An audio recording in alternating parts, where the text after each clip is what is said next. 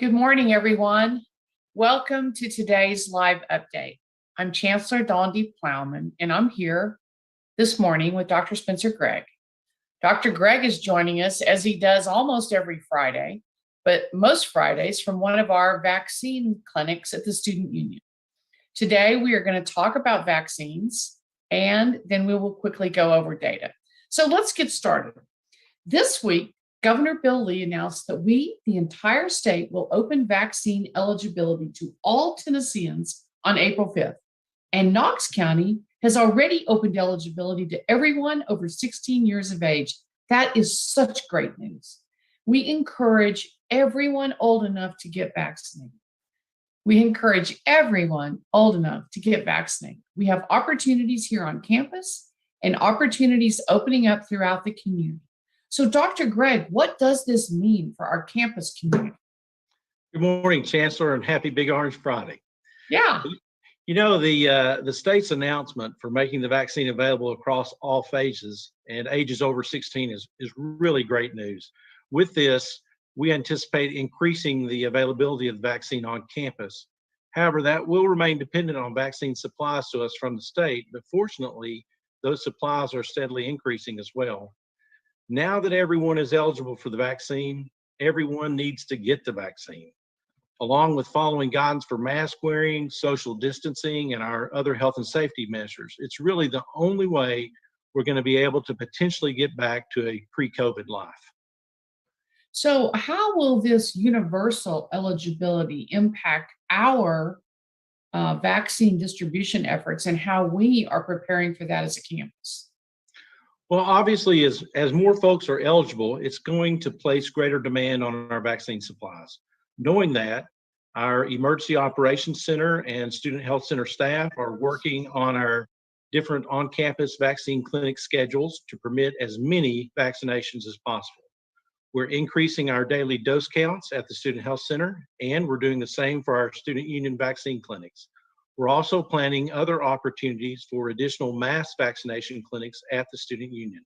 Ultimately, our goal is to provide vaccine on campus to as many as choose to have it, and we encourage everyone to get it. Oh, that's such great news. One more question. What vaccines are we receiving that we will be administering here on campus, and what can people expect from each of them? Well, due to storage requirements and state distribution plans, we're limited to providing the Moderna and Johnson & Johnson vaccines on our campus. So that also means we can only provide vaccination to those 18 years and older because only the Pfizer vaccine, which we're not using, is approved for those 16 years and older. Both the Moderna and Johnson & Johnson vaccines, which we are using, are extremely effective in preventing severe illness that might require hospitalization or even cause death due to COVID. Both have similar side effect profiles. Most people do not have serious problems after being vaccinated. Your arm could get sore, you might develop some redness or warmth at or near the injection site. These symptoms usually go away on their own within a week. Some people report getting a headache, body aches, or a fever when getting a vaccine. But actually, these side effects are a sign that your immune system is doing exactly what it's supposed to do. It's working and building up protection to disease.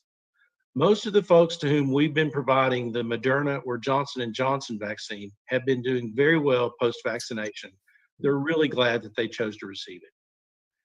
Okay, this is all such good news. So remind us one more time again how people actually sign up for a vaccine here on campus or anywhere else. Well, to sign up for the on-campus vaccine clinics, you should go to the university's COVID-19 website at utk.edu/coronavirus. Again, for on-campus vaccine opportunities, go to utk.edu/coronavirus. Near the top of that page, click on the vaccine tab. By clicking on the vaccine tab, you'll open our vaccine information page. On the vaccine information page, you can see a list of vaccine events planned for on campus, both at the Student Health Center and the Student Union. Selecting one of those events will take you to that event's sign-up page where you can schedule an appointment to receive the vaccine and you'll have access to the registration consent form that you should complete and bring to your appointment. Additionally, on the sign-up page, there are some important information education sheets about the vaccine that we encourage everyone to review prior to their appointment. I do want to caution everyone, there's likely to be a significant increase in demand for the vaccine with this recent eligibility expansion in the state. So if something is not available on campus for you as your schedule might permit, then you should look for other opportunities in the Knoxville and surrounding communities, like pharmacies and health departments where the vaccines are being offered. Throughout the community, vaccine sites are greatly expanding, and some are not even filling up, especially in outlying communities. You do not have to be a member of a community to receive your vaccine there.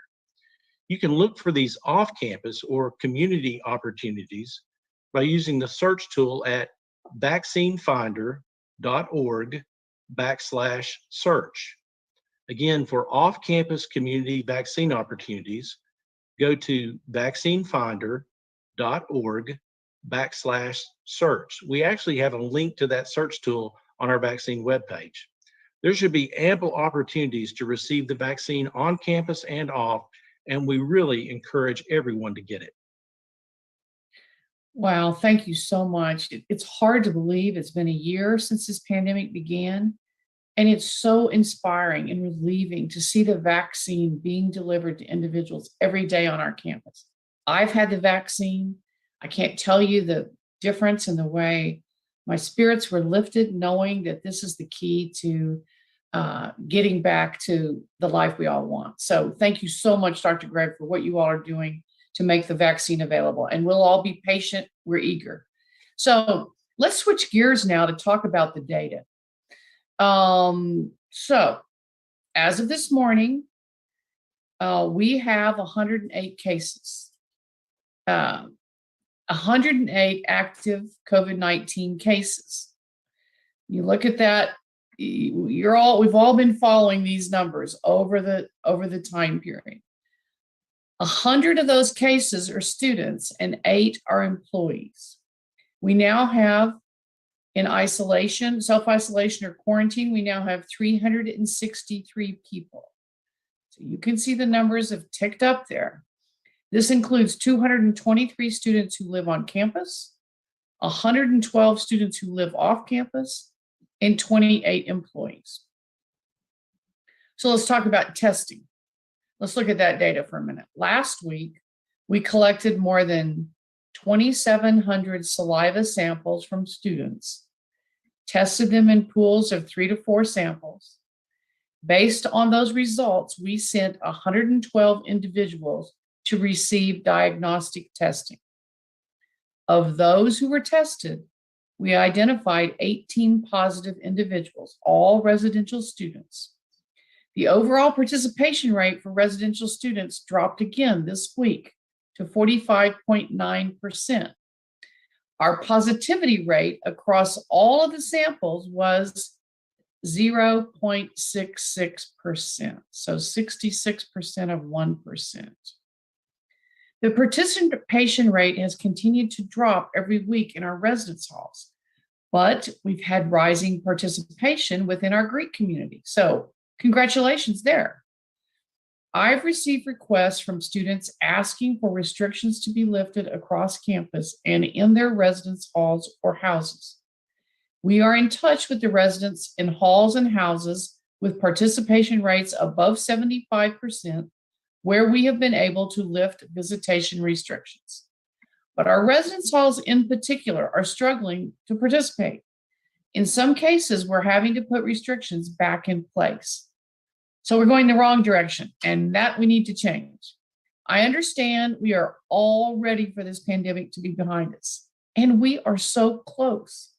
But until we have higher participation rates or a critical mass of vaccinations, which we're working on, we cannot let our guard down. So please participate in the weekly testing and get a vaccine as soon as you can. This helps us prevent it from spreading quickly. Having a vaccinated campus community, especially within our residential population, is key. It's absolutely key to our ability to move beyond this moment and these restrictions. So Let's just summarize here. If you look at our metrics summary, as a reminder, this table includes indicators that we use to evaluate the situation on campus and whether we can tighten or ease temporary restrictions.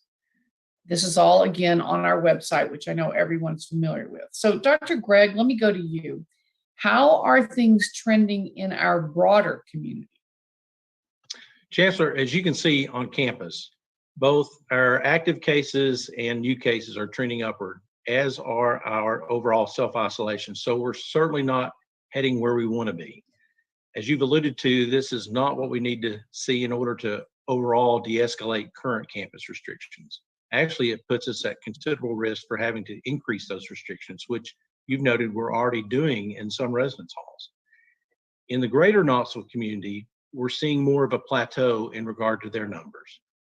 Their new COVID cases per 100,000 are holding steady, maybe decreasing some, but are still above 10, and ideally that should be fewer than 5 per 100,000. And we're also seeing some increases in hospitalization and intensive care unit use in some cases. All this points to the fact that we're not out of the woods yet. We have to stick with the program. We all must continue to wear our masks, continue to socially distance, avoid gathering in groups where folks are eating and drinking and where these guidelines aren't being adhered to. These are our greatest risk situations, and we need to avoid them for a bit longer. Get vaccinated. The end is in sight, and we need everyone to keep up the good work. We must, in order to be successful in reaching our goal of a community without the fear of COVID. Thank you so much for that helpful information, as always, Dr. Gregg. As I said last week, we are at a critical point in the fight against this pandemic. As we continue to see vaccines distributed, it's bringing us closer to achieving some level of normalcy. We don't want any setbacks at this point. No setbacks now. So let's remain vigilant just a little bit longer. Wear your masks. Keep your gatherings small and distanced. Spend more time outside and get your vaccine. We can do this. We're Vols. Thank you all and have a great weekend.